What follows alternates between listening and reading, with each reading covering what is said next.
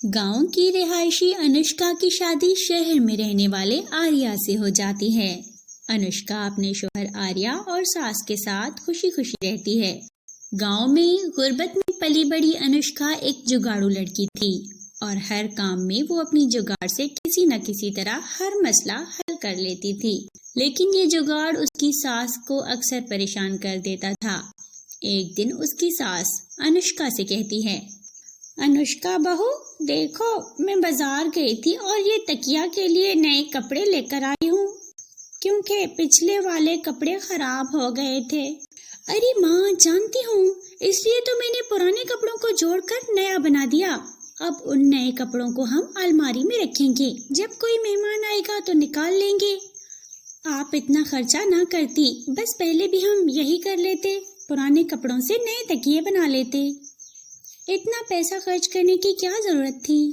दिन गुजरते हैं और आर्या डिनर के लिए बैठे होते हैं। अनुष्का गरम गरम रोटियां पकड़कर उन्हें दे रही होती है, लेकिन कुछ वक्त गुजरता है और अनुष्का रोटी लेकर नहीं आती तो आर्या उसे आवाज देने लगता है, कहाँ चली गई हो? जल्दी रोटी ले आओ, मेरी रोटी खत्म हो गई है। दूसरी तरफ किचन में रोटियां पक रही होती हैं और अनुष्का सोचती है, हे राम, ये गैस का सिलेंडर भी अभी खत्म हो जाना था। उसी वक्त उसकी सास और आर्या रोटी का इंतजार कर रहे होते हैं। अनुष्का सोचती है कि उन्हें खाने से उठाना ठीक नहीं है, तो फिर उसके दिमाग में एक जुगाड़ आता है। वो सोचती है, कुछ न कुछ हल निकालना होगा, बस एक और जुगाड़ सोचना है। फिर अनुष्का ने चूल्हा जलाकर रोटियां सेंकी और गरम गरम रोटियां पकड़कर सबको खाने के लिए दी। फिर अगले दिन सुबह सास अपनी बहू की मदद के लिए किचन में जाती है और देखती है कि बहू बर्तन धो रही होती है। अरे बहू, ये क्या कर रही हो? तुम इस तरह से बर्तन क्यों धो रही हो? माँ, अभी देखिए सारे बर्तन कैसे चमक जाएंगे।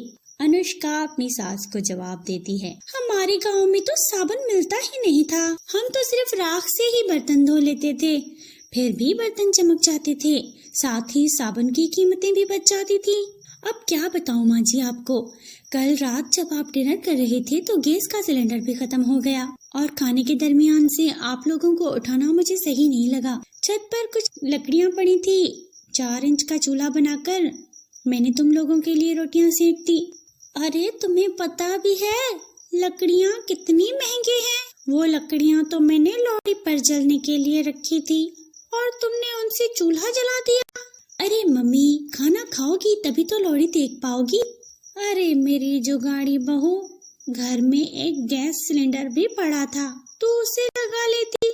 मम्मी, आप तो जानती हैं मुझे सिलेंडर लगाना नहीं आता और खाने के दरमियान आप लोगों को उठाना मुझे कुछ मुनासिब नहीं लगा।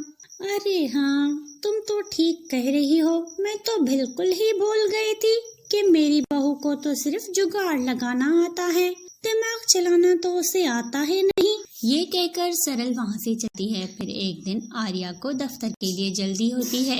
वो नाश्ता कर रहा होता है कि अचानक पास में रखा पानी का ग्लास उसके फोन पर गिर जाता है। क्या हुआ आर्या जी? अरे ये देखो, मेरा फोन खराब हो गया, अब ये 1 हफ्ते के लिए बंद हो जाएगा। मेरी तो अहम मीटिंग थी और मुझे अपने क्लाइंट से बात भी करनी थी, कुछ समझ नहीं आ रहा अब क्या करूं। आप फिक्र ना करिए, मैं आपका फोन 1 दिन में ही ठीक कर दूंगी, तब तक आप मेरा फोन इस्तेमाल कर लें। तुम क्या 1 दिन में कोई जादू करने वाली हो? अच्छा, मुझे देर हो रही है, तुम जल्दी अपना फोन दो, मैं उसी में सिम लगा लेता हूँ। आर्या के दफ्तर जाने के बाद अनुष्का उसके फोन को चावलों के डब्बे में बंद कर देती है और जब आर्या को फोन वापस देती है तो वो जैसे ही फोन ऑन करता है वो पहले की तरह काम करना शुरू कर देता है। मैंने इसे चावलों के डब्बे में बंद कर दिया था और ये खुश्क हो गया। अनुष्का हमेशा किसी न किसी तरह अपना जुगाड़ लगा ही देती थी और अपने घर वालों की मदद करती रहती थी। ऐसे कई महीने गुजर जाते हैं। फिर एक दिन सरल मच्छर भगाने के लिए कचवा छाप का धुआं सारे घर में भर देती है, जिससे आर्या का गला बंद हो जाता है और वो कुछ नहीं बोल पाता। अजी सुनते हैं, आज आपके लिए खाने में क्या बनाऊं? अनुष्का पूछती है, मगर आर्या कोई जवाब नहीं देता। कब से पूछ रही हूँ, आप कुछ बोलते क्यों नहीं? उसके बाद आर्या एक कागज पर लिख कर देता है, घर में कचवा छाप चल रहा है, मुझे उससे बहुत एलर्जी है, जिसकी वजह से मेरी आवाज बंद हो गई है और अब उसे ठीक होने में 3-4 दिन लग जाएंगे। अनुष्का फौरन कहती है, क्या 3-4 दिन? आप देखना, मैं आपका गला 1 दिन के अंदर अंदर ठीक कर दूंगी। मैं अभी आपके लिए कट्ठा बना कर लाती हूँ ताकि आप जल्दी ठीक हो जाएं। 2 से 3 मरतबा पियेंगे ना तो जल्दी ठीक हो जाएंगे। ये कहकर अनुष्का किचन में कट्ठा बनाने चली जाती है। दूसरी तरफ सरल को याद आता है कि उसके बेटे को तो इस धुएं से एलर्जी है। हे राम, आज मेरे बेटे को मेरी वजह से कट्ठा पीना पड़ेगा। ये सोचकर वो किचन में जाती है और अनुष्का से कहती है, अरे बहू, ये तू क्या कर रही है? आर्या को जब तक डॉक्टर की दवा नहीं दिलवाएगी वो ठीक नहीं होगा। तुम्हारा ये कट्ठा किसी काम का नहीं है। कट्ठा बहुत ही कमाल की चीज है, बस आप मुझे 1 दिन का वक्त दो। अगर 1 दिन में उनकी आवाज वापस नहीं आई तो फिर हम उन्हें डॉक्टर के पास ले जाएंगे। सरल के लाख समझाने के बावजूद भी अनुष्का उसकी एक नहीं सुनती और अपने शौहर को दिन में 2 से 3 मरतबा कट्ठा बनाकर पिलाती है। अगली सुबह जब आर्या उठता है तो उसकी आवाज वापस आ चुकी होती है।